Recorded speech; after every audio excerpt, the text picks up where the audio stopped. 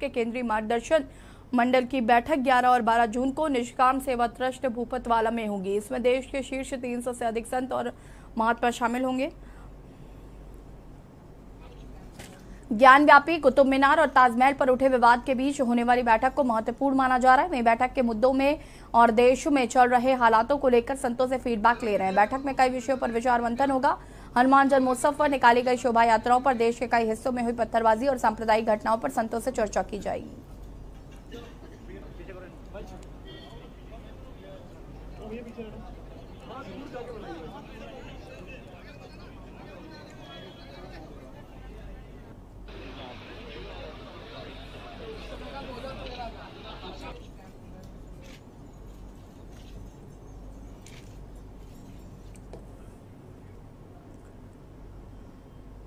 दिनेशपुर के Rudra green colony Jaynagar highway में एक मोटरसाइकिल और बाइक का एक्सीडेंट हुआ, जिसमें बाइक सवार 2 व्यक्तियों की मौके पर ही मृत्यु हो गई। इस सूचना पर तत्काल थाना दिनेशपुर पुलिस तत्काल मौके पर पहुंची। क्षेत्राधिकारी पंतनगर महोदय घटनास्थल पर तत्काल पहुंचे। घटनास्थल पर कुचले 100% शव मृत अवस्था में पड़े थे। नाम पता तस्दीक करने पर एक नवीन विष्णुपुत्र देवान सिंह निवासी डोंगरा भनौली अल्मोड़ा उम्र 28 वर्ष, दलीप सिंह पुत्र राम सिंह निवासी डूगरा बनौली अल्मोड़ा उम्र 30 वर्ष तस्दीक हुए हैं। शांति व्यवस्था की दृष्टिगत तत्काल उक्त दोनों शत-विशत डेड बॉडी को तत्काल एम्बुलेंस के माध्यम से जिला अस्पताल रुद्रपुर भिजवाया गया। मौके को जाम से हटाकर यातायात सुचारू किया गया। घटना करने वाले ट्रक को कब्जे में लिया गया है।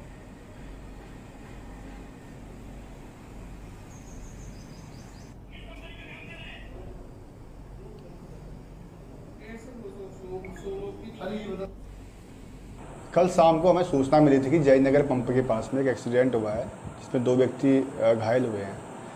तो मौके पर पुलिस बल जब पहुंचा तो देखा तो 2 व्यक्ति मौके पर ही मर चुके थे और जो ट्रक था उसका ट्रक का जो चालक था वो ट्रक छोड़ के भाग गया था। ट्रक को मौके पर कब्जे पुलिस लिया गया। शव को बाद आवश्यक कार्रवाई हेतु PM हेतु मोर्चरी भिजवाया गया। अभी इस संबंध में जाँच की जा रही है, गलती थी किसकी करके। आसपास जो कैमरे लगे हुए उनको देखा जा रहा है, इससे स्पष्ट की जाएगी इसके बाद। खबर हल्द्वानी से, जहां पर होटल में आयोजित भाजपा प्रदेश कार्यसमिति की बैठक का आयोजन हुआ, जिसमें उत्तराखंड के मुख्यमंत्री पुष्कर सिंह धामी समेत भाजपा प्रदेश स्तरीय नेताओं ने शिरकत की। काम और जो हमारे नए बच्चे जिन्होंने इस बार सिविल सर्विसेज में अपनी सफलता प्राप्त की है, उन सभी को हम लोगों ने शुभकामनाएं दी है। 10वीं 12वीं के जो छात्र जिनके रिजल्ट आ रहे हैं उनको भी शुभकामनाएं दी हैं। और साथ में जो हिमांशु पांडे जो हल्द्वानी का ही छात्र है, उसने CDS परीक्षा में प्रथम स्थान प्राप्त किया है। किस प्रकार सशक्तिकरण को कल कार्यसमिति का निर्णय भी रहेगा कि उसमें कैसे हमें काम करना है। मन की बात का कार्यक्रम हमारा बूथ स्तर तक जाना है, तो सभी जिलाध्यक्षों से मन की बात बूथ स्तर तक ले जाएं, उसको सार्वजनिक करें। उस पर भी हम लोगों ने एक बड़ी विस्तृत चर्चा की। खबर कालाढूंगी से, जहां पर जनता की समस्या को सुनने और उसका निस्तारण करने के लिए तहसील दिवस लगाया जाता है, ताकि लोगों की समस्या को तत्काल निपटाया जा सके। नैनीताल के कालाढूंगी तहसील दिवस के मौके पर फरियादियों की कमी रही, तो वहीं जल संस्थान के अधिकारी तहसील दिवस से नदारद रहे।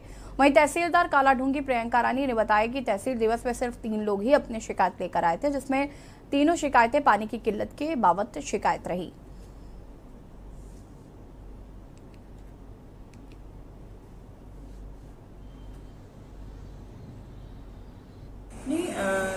तहसील दिवस के संबंध में सूचना जो है विस्तृत रूप से प्रसारित कर दी गई थी और 3 फरियादी यहाँ उपस्थित भी हुए हैं, जिनका 2 लोगों का जल संस्थान से संबंधित समस्या थी और एक व्यक्ति की जल निगम से संबंधित थी।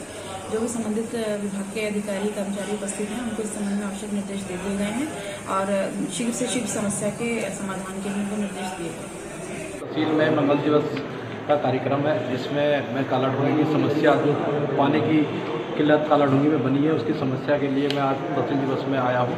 और जैसा कि हमने देखा कि कई वर्षों से जो निर्माण पानी की टंकी का चल रहा था वो पूर्ण हो चुका है और ट्यूबवेल का कार्य भी पूरा हो चुका है, लेकिन विभाग की लापरवाही द्वारा अभी तक जो लाइनें नहीं बिछाई गई हैं और जिससे कालाढूंगी में पानी की किल्लत बनी हुई है। और मेरा आज इस निवेदन से आया हूँ अधिकारियों से कि अतिशीघ्र उसकी पानी की व्यवस्था जो जब तक ये लेने नहीं बिकती तो जो पुरानी लेने हैं इनको सप्लाई कर शहर को पानी दिया जाए।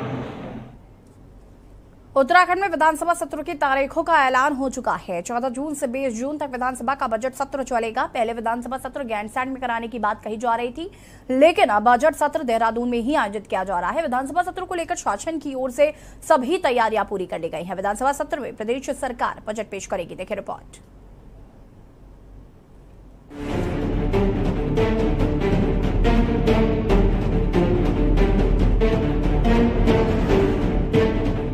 उत्तराखंड की 5वीं विधानसभा का बजट सत्र 14 जून से देहरादून में किया जाएगा।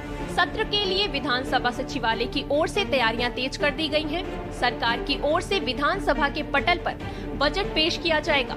सरकार की ओर से आम जनता की राय के बाद ही बजट तैयार किया गया है, जिससे आम जनता को इस बजट से काफी उम्मीदें हैं। ऐसा माना जा रहा है कि विधानसभा का ये बजट सत्र हंगामेदार रहने वाला है, क्योंकि विपक्ष की ओर से सत्ता पक्ष को बेरोजगारी, पलायन, महंगाई और लोकायुक्त के मुद्दों पर घेरने का काम किया जाएगा। साथ ही विधानसभा सत्र में विपक्ष सत्ता पक्ष को घेरने का कोई भी मौका गंवाना नहीं चाहेगा।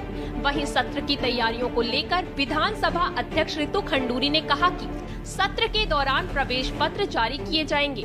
साथ ही व्यवस्था बनाने के लिए पार्किंग और सदन में वीडियो रिकॉर्डिंग के जरिए भी सत्र की कार्यवाही की जाएगी। उन्होंने कहा कि अभी तक कुल प्रश्नकाल के लिए 502 प्रश्न प्राप्त हुए हैं। साथ ही विधानसभा सत्र के दौरान यातायात व्यवस्था सुचारू रहे, इसके लिए ट्रैफिक प्लेन को 5 दिन पहले ही प्रचार प्रसार किया जाए, ताकि आने जाने वाले लोगों को परेशानी का सामना न करना पड़े।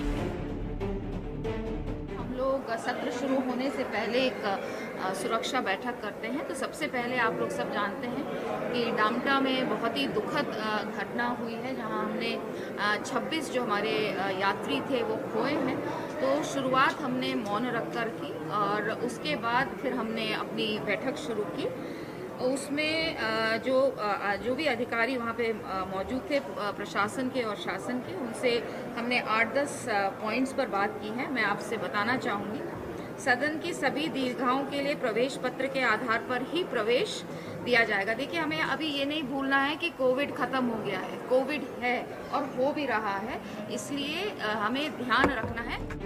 विधानसभा सत्र को लेकर विपक्ष का कहना है कि भाजपा सरकार के द्वारा चुनाव के वक्त प्रदेश की जनता से शिक्षा के क्षेत्र में, स्वास्थ्य के क्षेत्र में, बेरोजगारी के क्षेत्र में और 2 करोड़ बेरोजगारों को रोजगार देने का वादा किया था, जो सरकार की ओर से एक भी पूरा नहीं किया गया। और इन सब मुद्दों को लेकर कांग्रेस विधानसभा के सत्र के दौरान सरकार को घेरने का काम करेगी। वहीं भाजपा प्रदेश प्रवक्ता शादाब शम्स ने सत्र को लेकर 14 जून से बजट सत्र शुरू होने जा रहा है और कांग्रेस चंपावत चुनाव हारने की वजह से खिसियानी बिल्ली खंबा नोचे का काम करेगी और सत्र के दौरान बेतुका विरोध करेगी। साथ ही बजट के लिए आम जनता की राय ली गई है और इस बार बजट का एक शानदार बजट पेश किया जाएगा। सभा का सत्र यहाँ देहरादून में आयोजित किया गया है। भारतीय जनता पार्टी ने सरकार आने से पहले जो जनता के साथ जो वादे किए थे, शिक्षा के क्षेत्र में, चिकित्सा के क्षेत्र में, बेरोजगारी के क्षेत्र में, ये सारे मुद्दों को उनको सत्र में लेके आना चाहिए। और जो कांग्रेस पार्टी है, इसको प्रमुखता से जो जनता से जुड़े मुद्दे हैं, जिस प्रकार से उन्होंने पिछली बार 5 साल सिर्फ इन्होंने जुमले छोड़े थे कि हम 2 करोड़ बेरोजगार लोगों को रोजगार देंगे, काला धन वापस लेके आएंगे, और इसमें ऐसा कोई काम देखने को नहीं मिला है। कांग्रेस ने जो राज्य की जनता के साथ जो वादे किए थे, उन वादों के लिए हम सत्र में प्रमुखता के साथ जो जनता से जुड़े हुए मुद्दे उनको लेकर आएंगे। एक से विधानसभा सत्र प्रारंभ होने जा रहा है और हम सब जानते हैं कि कांग्रेस इस वक्त खिसियाई बिल्ली की तरह खंबा नोचती हुई नजर आ रही है। कांग्रेस पूरी तरह से हताशा और निराशा से घिरी हुई है, क्योंकि जितनी शर्मनाक जीत उनकी चंपावत चुनाव में हुई है, अब उनका चेक इन मेट हो गया है और उन्हें भी पता चल गया है कि प्रदेश की जनता ने उन्हें पूरी तरह से नकार दिया है और अब अपनी खीज मिटाने के लिए कुछ ना कुछ नाटक करने की, पॉलिटिकल स्टंट करने की कोशिश कांग्रेस पार्टी जरूर करेगी। विधानसभा सत्र की कार्यवाही 14 जून को सुबह 11 बजे शुरू हो जाएगी। ऐसे में विधानसभा सत्र के दौरान विपक्ष सरकार को घेरने का काम करेगा, क्योंकि इस बार विपक्ष पहले कार्यकाल में 11 विधायकों के मुकाबले 22 विधायकों के साथ सत्ता पक्ष के घेरने का मौका नहीं छोड़ेगी। साथ ही देखने वाली बात होगी बजट के माध्यम से प्रदेश सरकार आम जनता को कितनी राहत देने का काम करती है, ये देखने वाली बात होगी। के न्यूज इंडिया के लिए देहरादून से दानिश अली की रिपोर्ट। और अब खबर लक्सर से है, जहां पर तहसील सभागार में प्रशासन ने तहसील दिवस का आयोजन किया। वहीं एसडीएम व तहसीलदार ने तहसील दिवस कार्यक्रम की शुरुआत की। साथ ही ग्रामीणों की समस्याएं और शिकायतें सुनी गई। तहसील दिवस में कुल 29 लोगों ने प्रार्थना पत्र दिए, जिसके बाद 5 लोगों का मौके पर निस्तारण करने के बाद बाकी की तमाम प्रार्थना पत्र संबंधित विभाग को देकर 1 सप्ताह में कार्रवाई करने के लिए भी निर्देशित किया है। साथ ही एसडीएम व तहसीलदार ने प्रार्थना पत्रों पर 1 हफ्ते के भीतर कार्रवाई सुनिश्चित करने की हिदायत भी अफसरों को दी।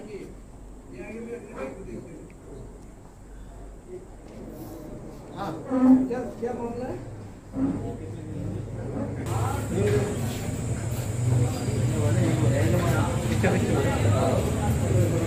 तहसील में टोटल 27 शिकायतें प्राप्त हुई हैं, जिसमें विशेष करके भूमि की पैमाइश से रिलेटेड शिकायतें ज़्यादा हैं। चूँकि एक न्यायिक प्रक्रिया के अंदर पैमाइश की प्रक्रिया होती है, तो उसमें उन लोगों को अवगत भी करा दिया गया कि भाई पैमाइश से संबंधित जो है धारा 41 के अंतर्गत आवेदन करें। अन्य विभागों की जो शिकायतें प्राप्त हुई हैं, उनका निस्तारण के लिए संबंधित विभागों को दिया जा रहा है। और आज जो मौके पर शिकायतों का निस्तारण हुआ, 5 शिकायतों का निस्तारण हुआ है। सभी शिकायतों के निस्तारण के लिए 1 सप्ताह का समय दिया गया और 10 दिन के अंतर्गत इसकी समीक्षा मैं अपने लेवल पर करूँगा। खबर डोईवाला से है। उत्तराखंड हाई स्कूल बोर्ड के परीक्षा परिणाम में डोईवाला क्षेत्र की तमाम लड़कियों ने जहां शानदार रिजल्ट दिया है, तो वहीं क्षेत्र और राज्य का नाम भी रोशन किया। डोईवाला में गन्ना कृषि पब्लिक इंटर कॉलेज की छात्रा अमीशा प्रवीण ने 93.5% अंक लाकर जहां राज्य में हाई स्कूल बोर्ड परीक्षा के रिजल्ट में 3रा स्थान प्राप्त किया, तो वहीं राजकीय इंटर कॉलेज बुलावला की छात्रा नेहा पवार ने 90% अंक लाकर स्कूल टॉप किया है। डोईवाला के गन्ना कृषि पब्लिक स्कूल में 10 की छात्रा अमीशा ने कहा कि मोबाइल और टीवी से दूरी मेरी सफलता का राज है। वहीं बुल्लावाला इंटर कॉलेज की छात्रा नेहा पवार अपने माता पिता और गुरुजनों को अपनी कामयाबी का श्रेय दे रही हैं। मालखम ग्रांट ग्राम पंचायत के ग्राम प्रधान परमिंदर सिंह बाबू ने कहा कि अपने क्षेत्र के लड़कियों का सम्मान करते हैं। बेहद गरीब घर की बेटियों ने जो मुकाम हासिल किया है, इनके जुनून को और जज्बे को दर्शाता है। मैंने अभी 10th हाई स्कूल के एग्ज़ाम दिए और मेरे 89.6% मार्क्स आए हुए हैं और इसके लिए मैंने बहुत मेहनत की। काफ़ी टाइम तक रात को भी लेट पढ़ा। एग्ज़ाम के टाइम भी सिर्फ 2 या 3 ही घंटे में सोई थी फाइनल के टाइम पर, और बहुत मेहनत करनी पड़ी इस एग्ज़ाम को क्लियर करने के लिए, पर इतना टफ भी नहीं था, पर अच्छा गया एग्ज़ाम भी। तो बुल्लावाला में जिस स्कूल में आप पढ़ते हो उसको आपने टॉप किया? जी। खुशी भी है कि बहुत, क्षेत्र का नाम रोशन हुआ है? जी बहुत खुशी हुई है। मेहनत भी साकार हुई है? यस सर, बहुत खुशी हुई। अपने पेरेंट्स को प्राउड फील करा पाई, सबसे बड़ी बात है मेरे लिए।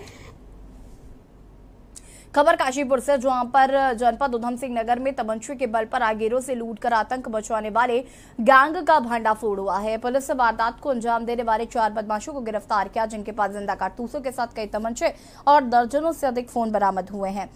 आपको बता दें कि काशीपुर की सड़कों पर इन दिनों चौला किसी जोखिम से कम नहीं, क्योंकि काशीपुर की सड़कों पर इन बदमाशों ने अपना हक जमा रखा है। और आपको बता दें कि यहाँ पर बदमाश तमंचे के बल पर उनके आभूषण, फोन, नकदी छीन लेते हैं और शिकायत करने पर जान से मारने की धमकी देकर वहां से फरार हो जाते हैं। इन बदमाशों ने आसपास क्षेत्रों में भी अपना काफी आतंक मचा रखा था।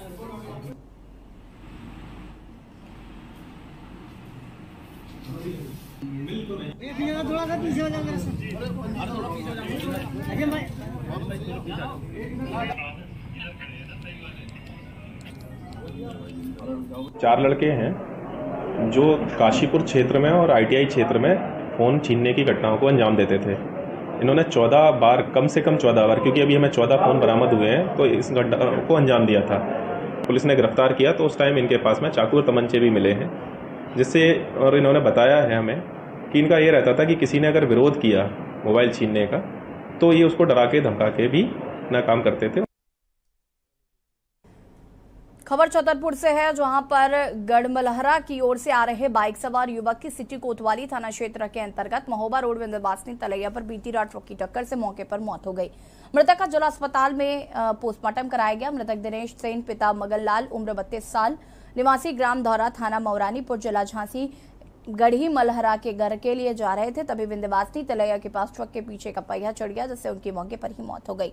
ट्रक को सिटी कोतवाली पुलिस ने किया जब्त और आगे की कार्रवाई शुरू कर दिया। परिजनों को सूचना दी गई, जिसके बाद उच्च अस्पताल आए, जहां जिला अस्पताल में पोस्टमार्टम कराया गया।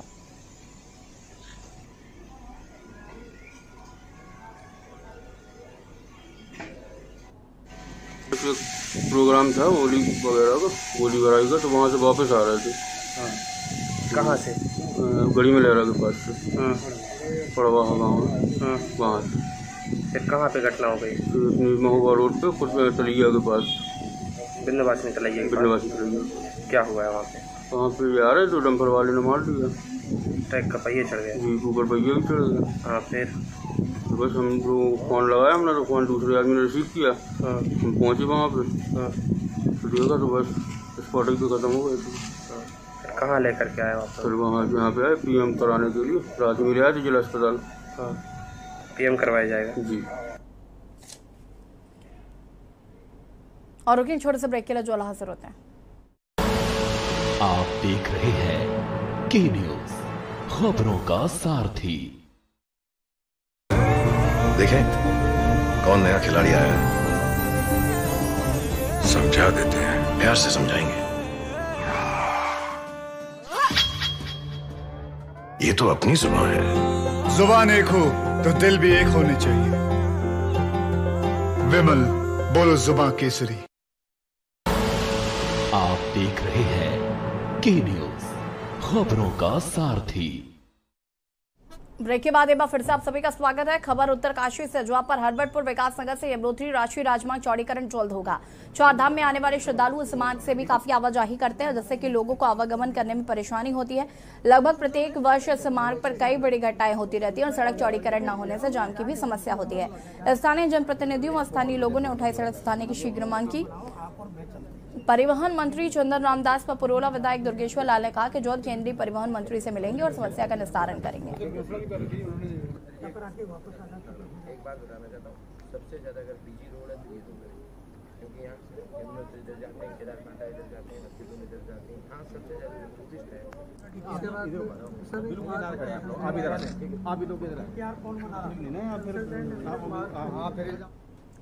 खबर उत्तरकाशी से, जहां पर यमुनोत्री धाम जाने वाले श्रद्धालुओं को पुलिस द्वारा जगह जगह चेकिंग किया जाता है। इससे श्रद्धालुओं को भारी दिक्कतों का सामना करना पड़ रहा है।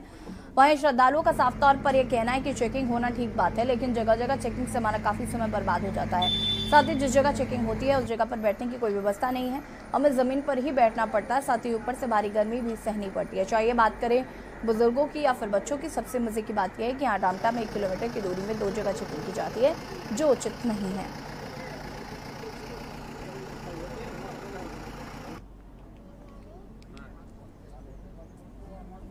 हम लोगों ने जो ऋषिकेश में एंट्री किए हैं, अपना रजिस्ट्रेशन किए हैं, उसको तो सभी जगह उसका एंट्री का रिकॉर्ड रहना चाहिए। वो देख के हम लोगों का भेजना चाहिए, लेकिन रख के बहुत 80-85 बरस का बुढ़ा भी है, जवान भी है, बाल बच्चे भी है, बीच बीच में रोक के जो तंग कर रहे हैं। इसका मतलब क्या है कि सरकार का सभी जगह में उसका चैनल नहीं है, ये इसका व्यवस्थित करना चाहिए। तो सही होनी चाहिए, व्यवस्था ऐसी होनी चाहिए कि एक बार रजिस्ट्रेशन हो जाए तो हर जगह उसका रिकॉर्ड होना चाहिए। ऐसा कुछ है नहीं, हर जगह अलग अलग रजिस्ट्रेशन मांग रहे हैं, अलग अलग चेकिंग कर रहे हैं। ऐसा नहीं होना चाहिए, बहुत परेशानी हो रही है। देहरादून के काशी में मंगलवार को सीएम धामी स्थानीय लोगों के साथ झूमते नजर आए। देहरादून में मंगलवार को आयोजित सांस्कृतिक कार्यक्रम में उत्तराखंड के सीएम पुष्कर सिंह धामी ने हिस्सा लिया, जहां वो स्थानीय लोगों के साथ जमकर झूमते नजर आए। कार्यक्रम में सीएम धामी काफी उत्साहित भी नजर आए और इस दौरान उन्होंने विकास पर बातें करते हुए लोगों का हौसला भी बढ़ाया। इस दौरान सीएम पुष्कर सिंह धामी ने कहा कि मैं खुद खेलों को लेकर उत्सुक रहा हूं और इस तरह से आयोजनों में शामिल होता हूं। हम गांवों में मिनी स्टेडियम बनाएंगे। उन्होंने घोषणा करते हुए कहा कि प्रत्येक ग्राम पंचायत को ओपन जिम मिलेंगे, जिसके लिए राशि भी जारी की गई है। काशी में आयोजित खेल और सांस्कृतिक कार्यक्रम में उत्तराखंड के मुख्यमंत्री पुष्कर सिंह धामी ने प्रधानमंत्री नरेंद्र मोदी की भी जमकर तारीफ की। कार्यक्रम के बाद सीएम धामी स्थानीय लोगों के साथ झूमते नजर आए।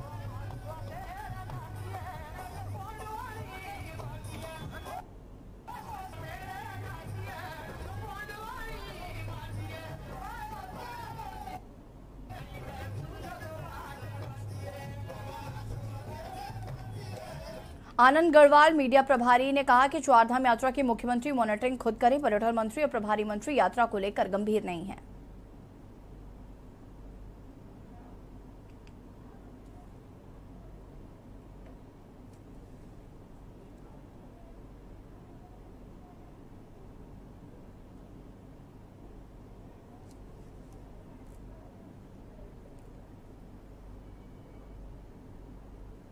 चंपावत उपचुनाव में कांग्रेस को मिली करारी हार के बाद पूर्व सीएम हरीश रावत का बड़ा बयान सामने आया। अभी तक हरीश रावत हार पर चुप्पी साधे हुए थे, लेकिन हरिद्वार में एक धार्मिक कार्यक्रम के दौरान हरीश रावत ने चुप्पी तोड़ते हुए कहा कि चंपावत चुनाव का परिणाम पहले से तय था, मगर जिस तरह से जीत का मार्जिन बढ़ाने की होड़ पूरी भाजपा सरकार में मची हुई थी, उसके परिणाम कांग्रेस से ज्यादा उत्तराखंड की राजनीति और उत्तराखंड के लिए चिंताजनक है। मार्जिन बढ़ाने के लिए लोकतंत्र की हत्या की जा रही।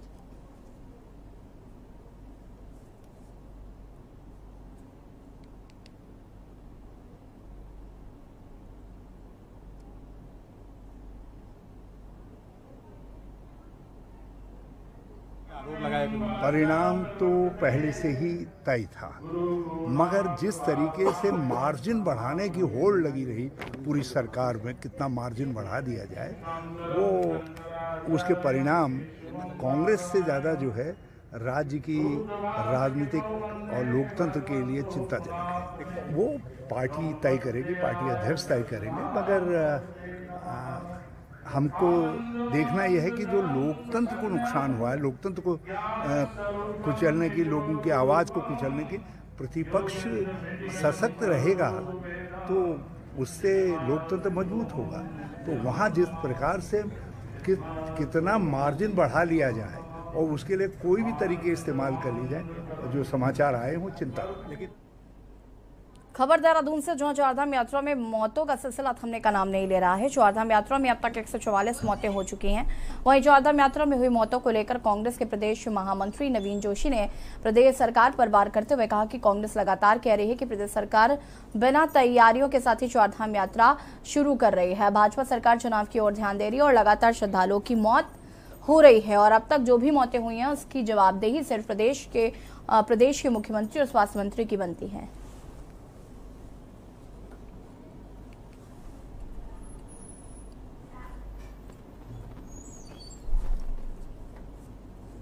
देखिए, कांग्रेस पहले से कह रही थी कि चारधाम यात्रा शुरू होने वाली है, यहाँ पे सारी व्यवस्थाओं को दुरुस्त कर लीजिए, लेकिन भारतीय जनता पार्टी अपने चुनाव में व्यस्त है। मुख्यमंत्री जी का चुनाव था, सारे लोग चुनाव में व्यस्त थे, ऐसी कोई इन्होंने समस्याओं का समाधान नहीं किया, जिससे रोज दुर्घटनाएं हो रही हैं।